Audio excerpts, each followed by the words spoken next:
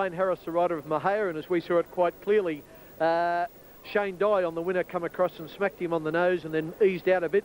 And you can see there, that's the steward's room on screen now. Now what happens in there, John Streck will sit about where we've got our camera down the front of the table. He'll hear evidence first of all from Wayne Harris, who'll have to state his case and explain why he's lodging a protest.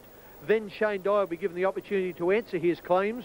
The stewards will then show film from all angles of the finish, head-on view and then a side-on view, and you'll after that Streck will then on all those screens you see around there, he'll show that film, and then Mr. Streck again will say, now that you've seen the film, he'll ask Wayne Harris again, and then he'll also ask the trainer and connections of Mahia if they'd like to say anything, and he'll then do the same thing to the horse Durbridge, to the jockey Dye, the trainer Anthony Friedman representing his brother Lee here today at Randwick, and the connections of Durbridge if they've got anything to say to answer Harris's claims. After they've heard evidence from both sides and everyone's had their say, the stewards will then adjourn the inquiry, or will ask the people, I should say, to leave the room. The stewards will then discuss the matter privately, and they'll come to their decision. Now, as we see it again on screen here, that's Durbridge in the pink and purple, bang, whack, on the nose. Mahia turned ahead. Now, that takes a lot out of a horse. Now Harris gets it going again, and Durbridge has got to keep a straight course. That's the one thing you've got to remember. He's got to go straight, and he probably even come out a fraction there onto Mahia. So there's no doubt that, as you could see on that tape, that Shane Dye hit Mahia right on the centre of the nose with his whip. Now we'll watch another replay from another angle. Now everyone's still in the steward's room there at the moment. Okay, the steward Shane Dye's already in there waiting. Now here's another replay. Watch Durbridge, bang, there's where Dye hits it.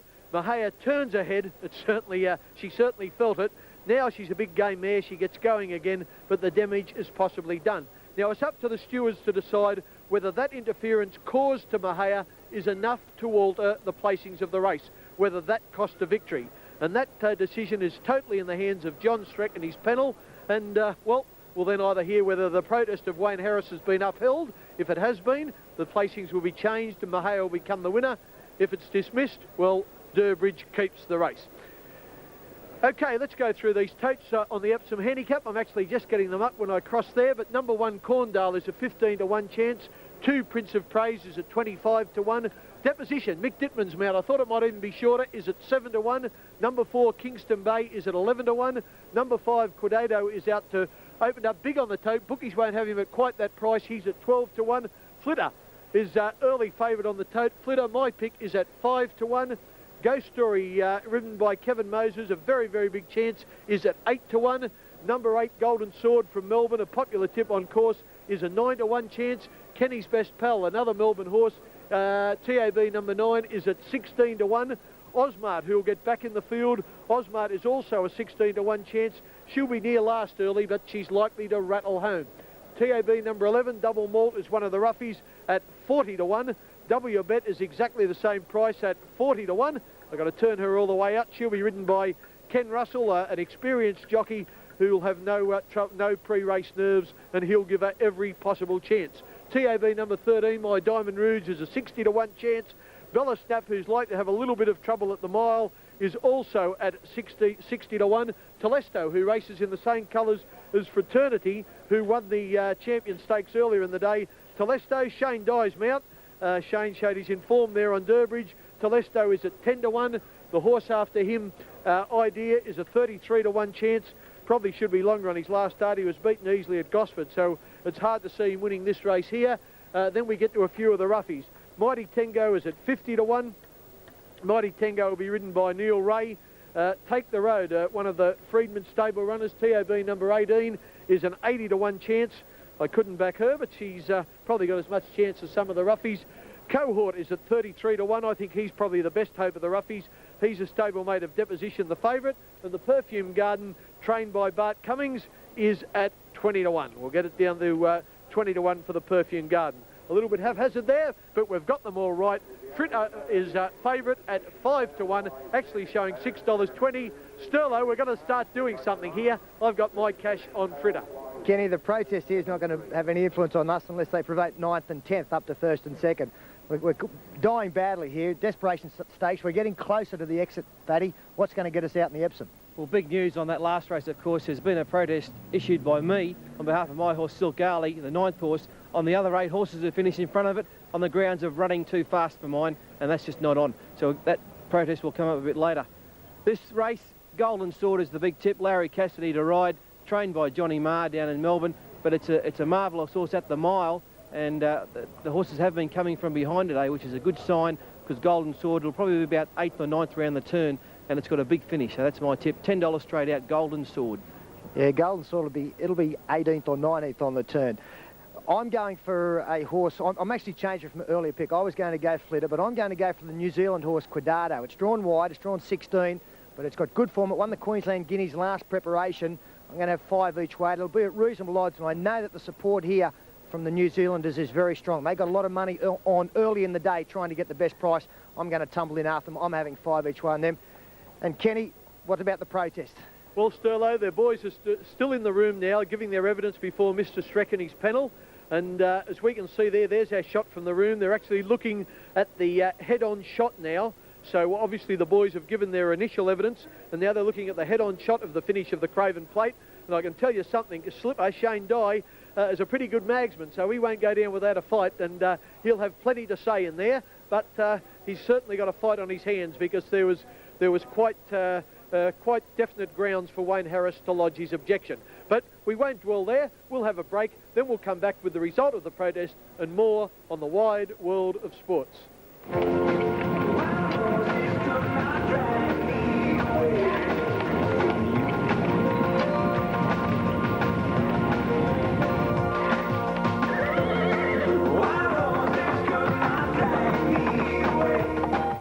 This program is...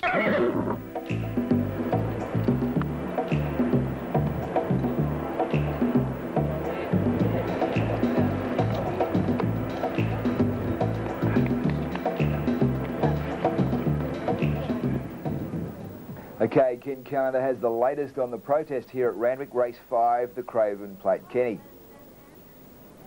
Okay, thanks, Maxie. We're still waiting on a result here from the protest hearing. The boys are still in there. The evidence is still being heard. As we switch to the stewards' room, you can see that they're still showing tapes. As I said, Shane Dye won't go down lightly. He'll give plenty of evidence, and the stewards have got to watch all these tapes, hear evidence from both sides, and then see what happens. A man who was in there for the early part of the hearing was Ronnie Dufficy. Ron, what do you think? Well, it's touch and go, Ken. I think it's an indiscretion. I don't think Durbridge has shifted much. If he would have shifted, it would be uphill for sure. Just it's a tricky little rule, this one, about an accidental hill over the head. So it's a touch and go, but hold all tickets, I'd say. I haven't got an opinion. Maybe dismissed. She certainly felt it, didn't she, Mahaya? Yeah, it's cost of the race. But as you say, if it's accidental, well, he doesn't lose the race. That's right. Okay, Duff. Ronnie Dufficy there has given a little bit of hope for people who have backed Durbridge, and Shane Dye, no wonder he was talking double. Here's Maxie. Thanks, Kenny. Okay, Shane Dye is riding the 4-year-old Telesto in the big race. Here's Shane's jockey cam view of how the race could be run and won. He's aboard Pre-Tourist Boy and Rod Quinn. He's riding Tiakau Nick, both trained by Gay Waterhouse. Goes round, he stands up on his platform over there. He says, "You're right. All the horses are locked away for the Epsom in 93. You should begin, but I don't want to hunt him along when they're off. The other ones began better than me, and he's going to lead me. But for a mile race, it's very important to get your horse settled. That's the biggest thing, to settle your horse, especially here. Now, if you draw inside, you're getting checked up here normally, because the outside ones, there's a big field of 18, are coming across. And they are the ones that are going to force the inside ones across to the fence. You're getting up here to the 1,000-metre turn, and you don't want to be 3 wide, 4 wide, or 5 wide. You want to be on the fence, 1 off the fence, and you want your horse to be relaxed. It's a mile, but the pace is really on. They always go in the mile at Randwick for some reason. Well, around this first turn, you still want to be cuddling your horse. Now, there's a crossing coming up here at the half mile. You don't want to go before it, and you want to keep your horse steady, because it's a lot harder than the normal track. Right here, they hit it and they dip sometimes. Now, you want to start to look to go forward. look to see where the horses are. Follow a very good jockey and a good horse into the race. Now you want to be getting off the fence. Doesn't matter, but you want to just ease and ease. Randwick's a long straight, so you want to hold your horse up a bit. We're turning for home. Most horses are under pressure here now. They straighten up. Doesn't matter where you go. But if you're going to wait for the cutaway rail, you've got to sit and wait. We're over the rise. This is the rise. Now, this is when you go for your horse. Now, you want to be looking to go here and cut away to the inside, and the runs will open up. Now you're away. You want to be getting to the front about now for the Epsom and going for it. You don't want to be in front before then, because it's a long straight. Hopefully, you've won the Epsom. That's the cutaway rail. If you hold your horse up long enough, you'll always get it, and that's the advantage of it. Well, that's Shane Dye, how he would ride the Epsom with Jockey Cam. He's in the thick of it there, and he's in the thick of it in the stewards' room. With all that protest action, here's Ken Callender. Yeah, thanks, Ken. No final decision yet, but talking to pressmen who are in the inquiry, opinions are divided. I'd say it's probably 60-40 that the protest will be dismissed. But, of course, all those opinions mean nothing. It's up to what John Streck thinks. And as we see there, the stewards have just called everyone back in, so they're about to make their decision, and we'll hear very shortly whether the protest has been upheld or dismissed. Shane Dye sitting back down. The pressmen have already entered there, just waiting for a few of the connections, and John Streck will announce very quickly whether the protest has been upheld or dismissed, and you'll hear it over the PA here at Randwick, I would say probably in the next 30 or 45 seconds, and we'll let you know straight away, of course. Just waiting, as you see, everyone's filing to the stewards' room there. This is very, very original pictures. I think last year, for the first time, Channel 9 had a camera in the stewards' room, and we've done exactly the same thing today. You can see they've got the stop frame on now. They've finished looking at the tapes, the results, and it's just a matter of John Streck now announcing here's the decision. Upheld. Upheld. Protest on the Craven Plate upheld. The protest has been upheld in the Craven Plate. I just couldn't hear for everyone cheering, but the new winner of the Craven Plate is Mahaya, who has defeated Durbridge, and the protest was upheld. Ronnie Dufficy. Well, no complaints about that, Ken. That was a tricky decision, and whatever way it went, the stewards are always right, and I feel they had a tricky decision there, and they've reacted and felt that it's cost Mahaya the race, which it probably did. Yeah, it was surely, I quite agree, it was an accidental crack across the nose, but there's no doubt that it cost Mahaya the race, and under those circumstances, I think we've got to have the protest upheld. Right. I've never seen one a protest that's gone in that way with an accidental crosshead costing a race, but that's a precedent now, and that's the way it should be. I agree. I never backed either horse, but I think justice was done, and the winner was definitely Mahaya. Graham Beggs here right at the moment. Graham, well, I think justice was done there. You got the race. Yeah, I'm pretty sure it was too, Ken. Excited, big day for you, Fraternity and now Mahaya? Yeah, and we just hope we can make it a treble here with Telesto. Well, good luck, son. Thanks very much. Graham Begg, the trainer of both Fraternity, who won the Champion Stakes, and Mahaya, who won the Craven Plate. A break coming up, and then more on the Wide World of Sports. Between the saddle and the ground, mercy sought is mercy found.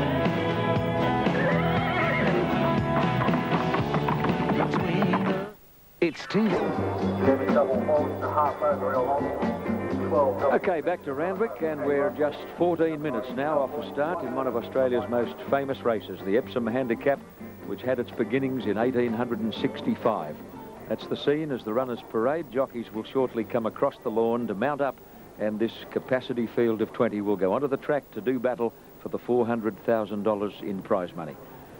No change in the weather pattern at Randwick. There's been no further rain, but it's grey overhead. It's been very cold, and the track standing up to it in no mean order. In fact, some of the times have been surprisingly good in light of some 30 millimetres of rain. In fact, a little more than 30. Ken, well, let's have a tote update for the 93 Epsom. John, I've certainly got a tote update for the 93 Epsom, and if you think it's cold up there in your heated broadcast box, you should be down here. You'd never believe it's October. Okay, Corndale, the Kiwi, now trained by Kerry Jordan at Rose Hill, is at 15 to 1. Prince of Praise, a New Zealander who'll lead the races at 25 to 1. Deposition, Mick Dittman 7 to 1. Kingston Bay at 11 to 1. Quidado, another Kiwi, is at 12 to 1. Flitter, the horse I've got my cash on, is paying $6.30, not quite 11 to 2. Ghost Story is at 8 to 1. Golden Sword, that's Fatty Vorton's horse, I think. Golden Sword is at 9 to 1.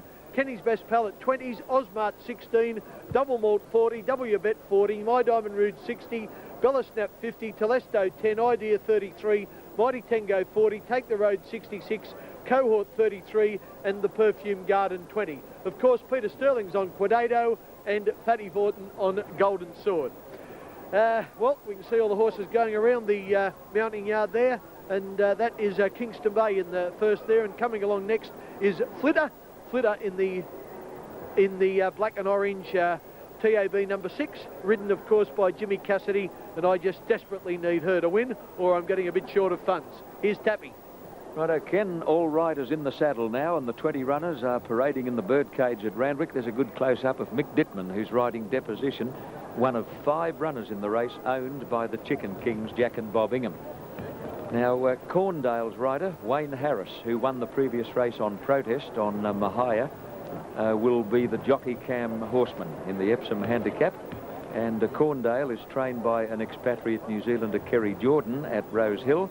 And it might be interesting now to hear Kerry Jordan's observations of jockey cam. Kerry, was it a big decision to allow Wayne Harris to ride with jockey cam in the Epsom?